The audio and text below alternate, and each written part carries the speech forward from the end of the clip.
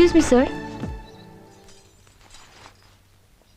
Personal সেক্রেটারির সাথে 1 লাখ টাকা জড়োয়া set দেখলে লোকে ভাববে আমাদের মধ্যে নিশ্চয়ই কোনো সম্পর্ক আছে। নেই বুঝি? থাকলে আপনি বলুন। থাক থাক, আমিই বলছি। সবাই জেনে রাখুন, আমরা সম্পর্কে স্বামী স্ত্রী। Thank you. আমাদের এমডি অগ্নি সাক্ষী করে শাখা সিঁদুর পরিয়ে 7 পাকে বেঁধেছিলেন আমায়, তাতে কোনো ফাঁক নেই।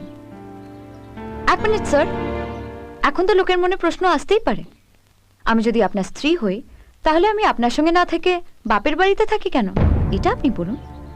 থাক, এটাও আমি বলছি। উনি যেমন আমাদের লোকসানে চলা কোম্পানিটাকে কিনেছিলেন, ঠিক একইভাবে একটা বিপদে পড়া মেয়েকেও কিনেছিলেন। সেই মেয়েটি আমি। ও সরি সরি সরি সরি, ভুল বললাম। উনি আমার সঙ্গে কন্ট্রাক্ট ম্যারেজ করেছিলেন, 1 বছরের এগ্রিমেন্ট। এই 1 বছরের মধ্যে যদি ওনার আমার প্রতি ভালোবাসা জন্মায়, তাহলে আমি ওনার স্ত্রী হয়ে থাকবো সারা জীবনের জন্য, না হলে উনি আমায় ছেড়ে দেবেন। ভালোবাসাও জন্মালো না, উনিও আমায় ছেড়ে দেবেন। হয়তো ভুল করে 1-8 বার ভালোবাসা উঁকে দিয়েছিল, যার ফল এই সন্তান।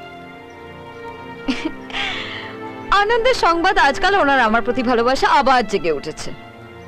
তাই আমার জন্মদিনে উনি অফিসের স্টাফদের 1 মাসের বোনাস দিয়েছেন।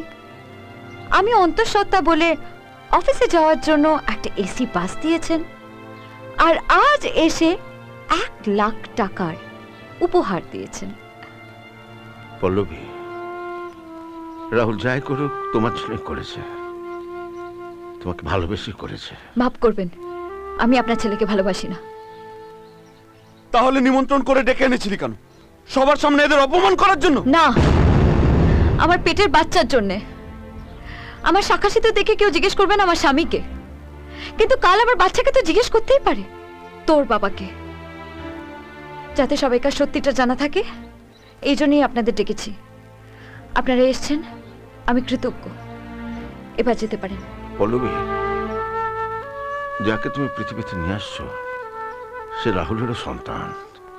যা কিছু হয়েছে ভুলে যাও, চলো বাড়ি ফিরে চল।